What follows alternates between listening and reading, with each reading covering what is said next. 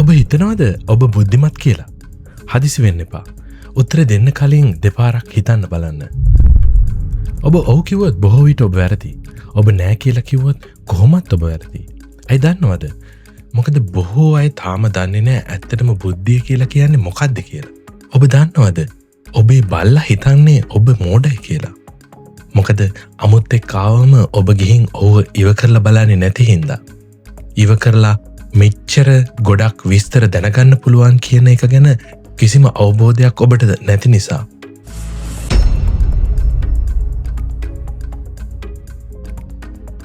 අපි පොඩි කාලේ ඉඳන් පාසලේදී සමාජයෙන් ඔළුවට දාගත්ත බුද්ධිය කියන අදහස සම්පූර්ණ වගේ බොරුවක්. අපි මොනවද හිතාවේ? IQ ටෙස්ට්, ගණිත ගැටලු, මතක ශක්තිය මේ ඔක්කොම නිකම්ම මතු පිට කාරණා විතරයි.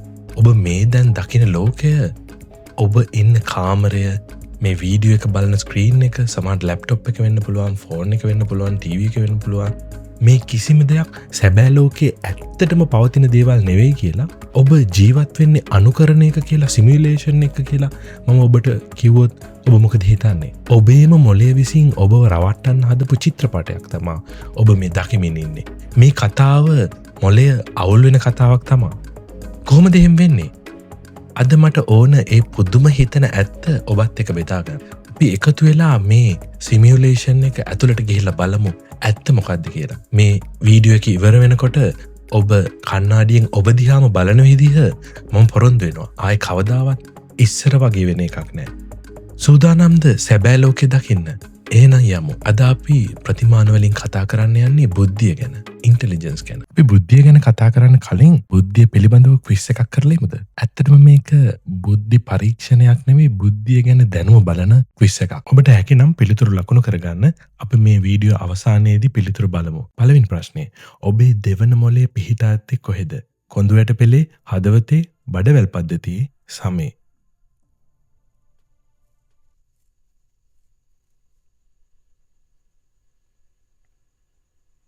දෙක. සතුටු හෝමෝනේ වැඩිපුරම නිපදවන්නේ කොහෙද? මොලේ, හදවතේ, බඩවැල් පද්ධතියේ, අක්පාවේ. සෙරොටොනින් වැඩිපුරම නිපදවන්නේ කොහෙද?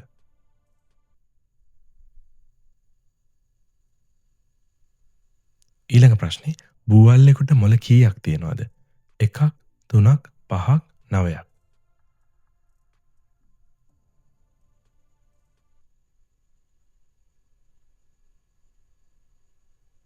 ඊළඟ ප්‍රශ්නේ. ඩොල්ෆින් සතෙකුට තමන්ගේ මිතුරෙකුගේ නමක් කොපමණ කාලයක් මතක තියාගන්න පුළුවන්ද? මාස 3ක්, දින 2ක් හෝ 3ක්, වසර 10ක්, වසර 20කට වැඩි කාලයක්. ඊළඟ එක.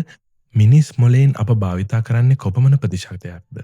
10%ක් පමණයි, 25%ක් පමණයි, 50%ක් පමණයි, 100%ක්ම.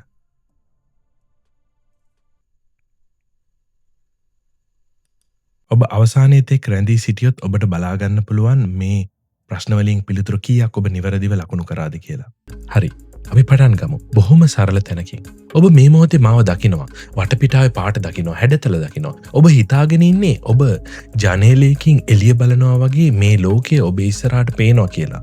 ඔබ ඒක දිහා ලෝකෙ දිහා බලාගෙන ඉන්නවා වගේ කියලා. එහෙම නේද? එතන තමයි ලොකුම රැවටීම තියෙන්නේ. අපි විද්‍යාත්මකව මේක පළවෙනියට ලියා ගන්නට බලමු. ආලෝක කිරණ ඔබේ ඇසට ඇතුල් වෙලා දෘෂ්ටි පටලේ මත, රෙටිනා එක මත වැදුනට පස්සේ මොකද වෙන්නේ? එතන තියෙනවා කේතු සෛල සහ යෂ්ටි සෛල, රොඩ්ස් ඇන්ඩ් කෝන්ස්. මේවා කරන්නේ ආලෝකය අරගෙන විද්‍යුත් රසායනික සංඥා විදියට මේවා පරිවර්තනය කරගන්න එක. ඉලෙක්ට්‍රෝ කෙමිකල් සිග්නල්ස් බවට හරවනවා. දැන් හොඳට කල්පනා කරලා බලන්න.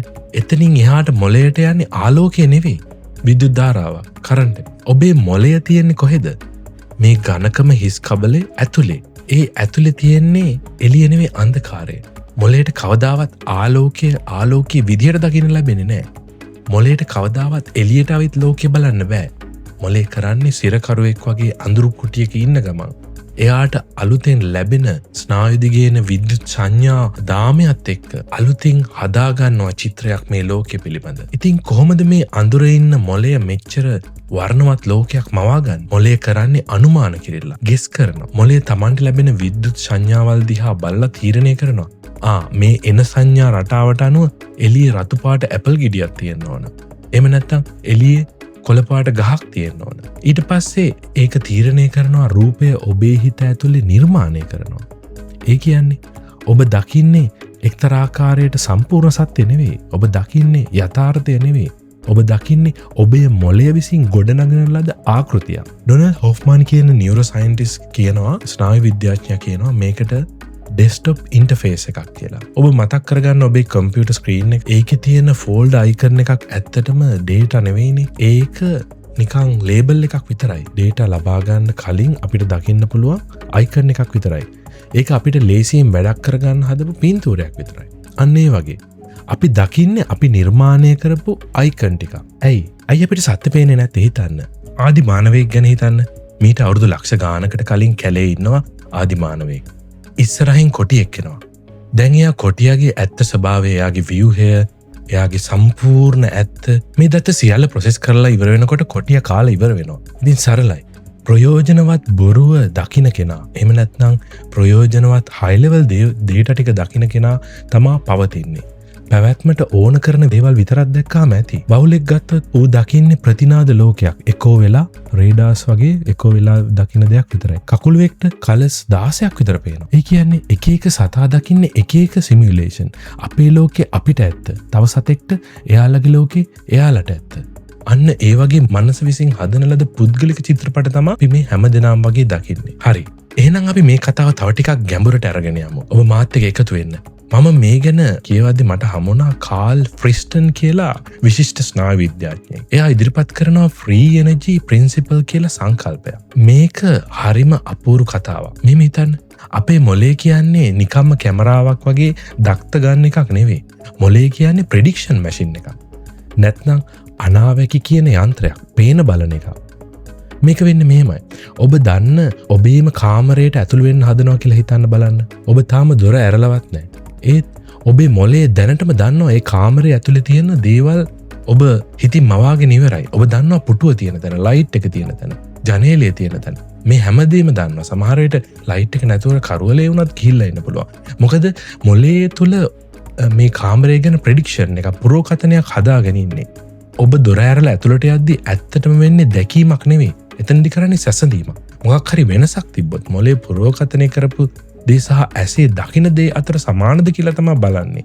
සමාන නම් සංසුන් අමුතුවෙන් වැඩක් කරන්න දෙයක් නැහැ. හැබැයි ඇත්තටම හිතන්න හාවෙක් ඉන්නවා කාමරේ මැද. එතකොට මොලේ ගැස්සෙනවා. එයාගේ පුරෝකථනය වැරදි. ස්නායු විද්‍යාවේදී මේකට කියන්නේ ප්‍රෙඩික්ෂන් එරර් කියලා. අපි බලාපොරොත්තු වෙන දේට අමතරව යමක් තියෙනවා.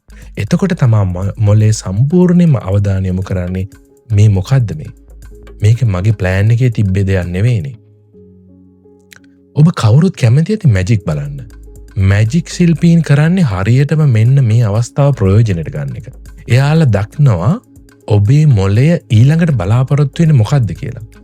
කාසියක් අතට ගත්තාම මොළය හිතනවා ඒක අනික් අතට මාරු කරනවා කියලා. මැජික් කාර්යය කරන්නේ බලාපොරොත්තුව කඩන එක. එතකොට ඔබේ මොළයට ලොකු ප්‍රෙඩික්ෂන් එරර් එකක් එනවා. ඔබ පුදුම වෙනවා. හරි.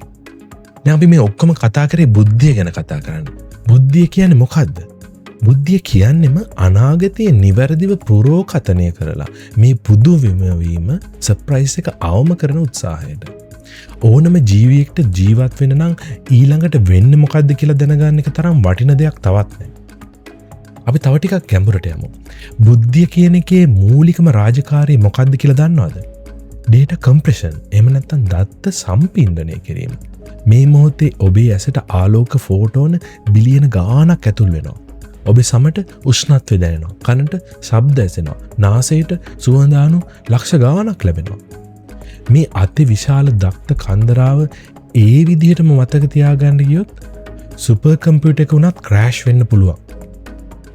ඉතින් මොළයට පවතින්න පුළුවන් මෙච්චර දත්ත ගොඩක් ප්‍රොසෙස් කර. ඉතින් මේ හින්දා ඒකේ අත්‍යවශ්‍ය දත්ත ටික විතරයි ගන්නෙ. කම්ප්‍රෙස් කරපු මොඩල් එකක් දිහා තමයි බලන්නේ. අවුල් සහගත දත්ත ගොඩක් අරගෙන එක රටාවල් පරිවර්තනය කරගන්නවා. ඒ රටාව එහෙම නැත්නම් සංකල්පය concept එකක් හදා ගන්නවා. සංකල්පයක් ගොඩනගා ගන්නවා. උදාහරණයක් කියන්න. ඔබ හිතන්න අයින්ස්ටයින් කියන විද්වතා ලෝකයේ තියෙන ශක්තිය ස්කන්ධය ගැන තියෙන ලොකු කතාව සම්පින්ඩනය කරලා E=mc² කියන සමීකරණයට කම්ප්‍රෙස් කරලා හැදුවා. අන්න ඒ වගේ තමයි බුද්ධියත් වැඩ කරන්නේ. මේ ලෝකේ තියෙන දේවල් අරගෙන ඒකින් සරල ආකෘතියක් හදනවා. සරල නීතියකට ගොනු කරනවා. එක්තරා ආකාරයකට AI වැඩ කරන්නේත් මේ විදිහට තමයි. ChatGPT, Claude මේ මූලධර්මයමයි පාවිච්චි කරන්නේ. අන්තර්ජාලයේ තියෙන කෝටි ප්‍රකෝටි ගණන් දත්ත කියවලා ඒව අතර තියෙන සම්බන්ධතා හොයලා ඒ දැනුම කුඩා මොඩල් එකකට කම්ප්‍රෙස් කරගෙන ඉන්නේ. ඊට සරලවම කිව්වොත් බුද්ධිය කියන්නේ සරල සංකීර්ණ දේවල් සරල කරන දෙයට. අනවශ්‍ය දේවල් අයින් කරලා අවශ්‍ය දේ විතරක් තියාගන්න එකට. ඊළඟට අපි කතා කරන්න යන්නේ හරිම කැමැතිම දෙයක්. අපි හිතන් ඉන්නේ මිනිස්සු තමා ලෝකේ බුද්ධිමත්ම ජීවීන්, ස්මාර්ට්ස්ම කියලා. එහෙම නේද? අපි තමා බුද්ධි රජවරු කියලා. ඒත් පොඩ්ඩක් ඉන්න. අපි අපේ ගෙදර ඉන්න බල්ලා දිහා ගල් බලමු. බල්ලා ජීවත් වෙන්නේ අපි සම්පූර්ණයෙන්ම අන්ධ වෙලා ඉන්න ගඳ පිළිබඳ ලොකු ලෝකයකට. නිකමට හිතන්න. ඔබේ ගෙදරට අමුත් එක්කෙනවා. ඔබ එන්න කලින් මේ බල්ලා දන්නවා ඒ අමුත්තා එනවා කියලා. ඔබ මොකක් හරි වෙන අවධානයක ඉන්නේ ෆෝන් එක බල ඉන්නවා. ඒ වෙලාවේ බල්ලා දන්නවා මේ පුද්ගලයා තව කොච්චර වෙලාවකින් එනවාද, ඒ කවුද එන්නේ, එයාගේ එන ගඳ සුවඳ ගල් ගැන හොඳ දැනුමක් තියෙනවා. එයා මොනවද කාලා තියෙන්නේ. ඊට පස්සේ විනාඩි 2ක් විතර ගියාට පස්සේ තමයි ඔබ දන්නේ ඔහු ගෙදරට ඇවිල්ලා කියලා. ඔබ පුදුම වෙනවා. බල්ලා කලින් බුරපු එක ගැන පුදුම වෙනවා.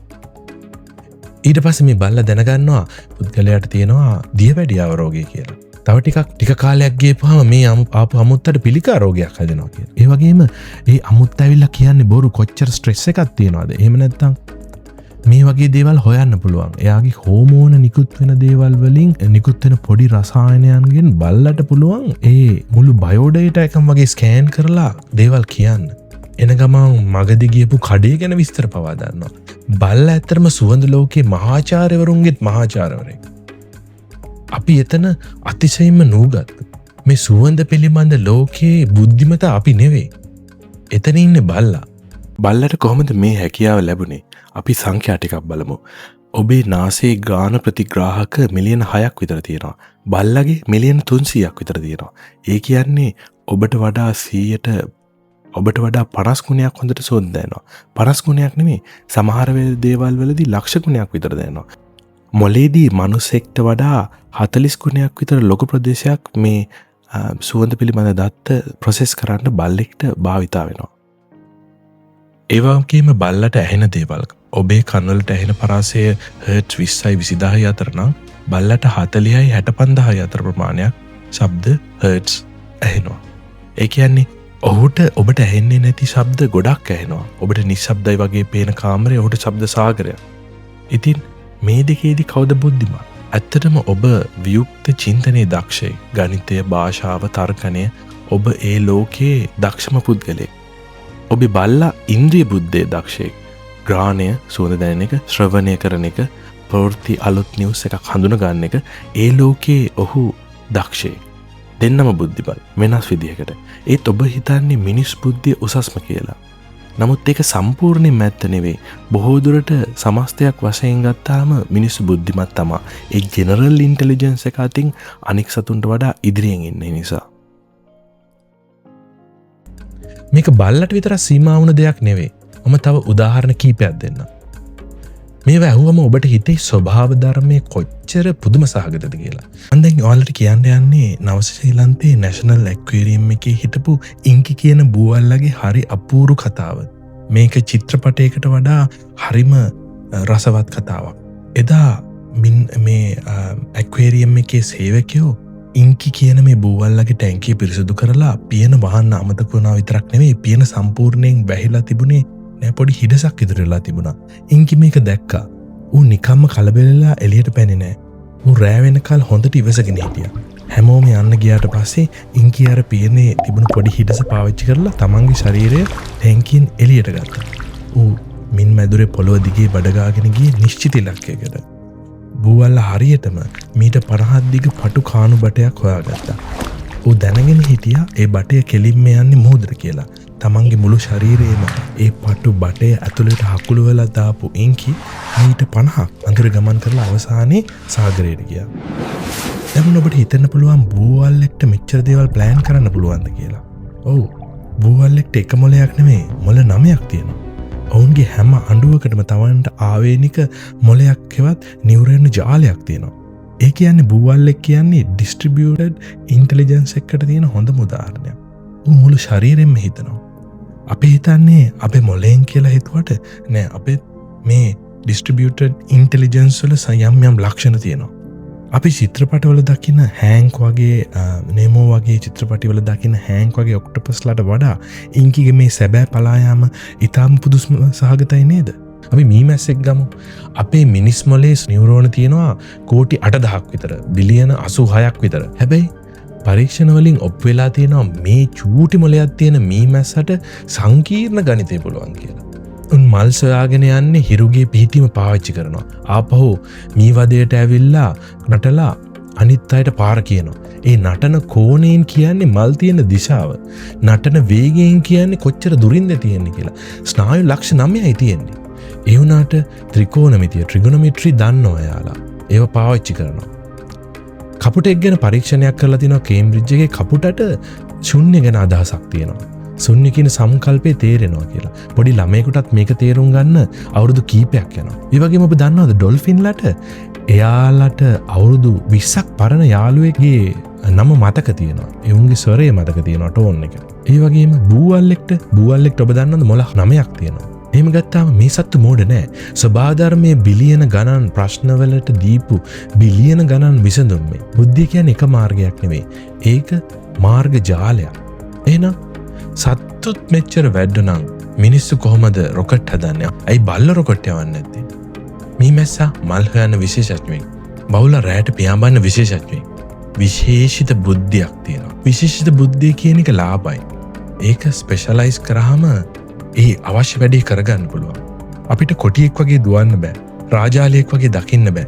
බල්ලෙක් වගේ ඉව කරන්න බෑ. අපිට එක්තරා ආකාරයකට තියෙන්නේ ජෙනරල් ඉන්ටෙලිජන්ස් එක.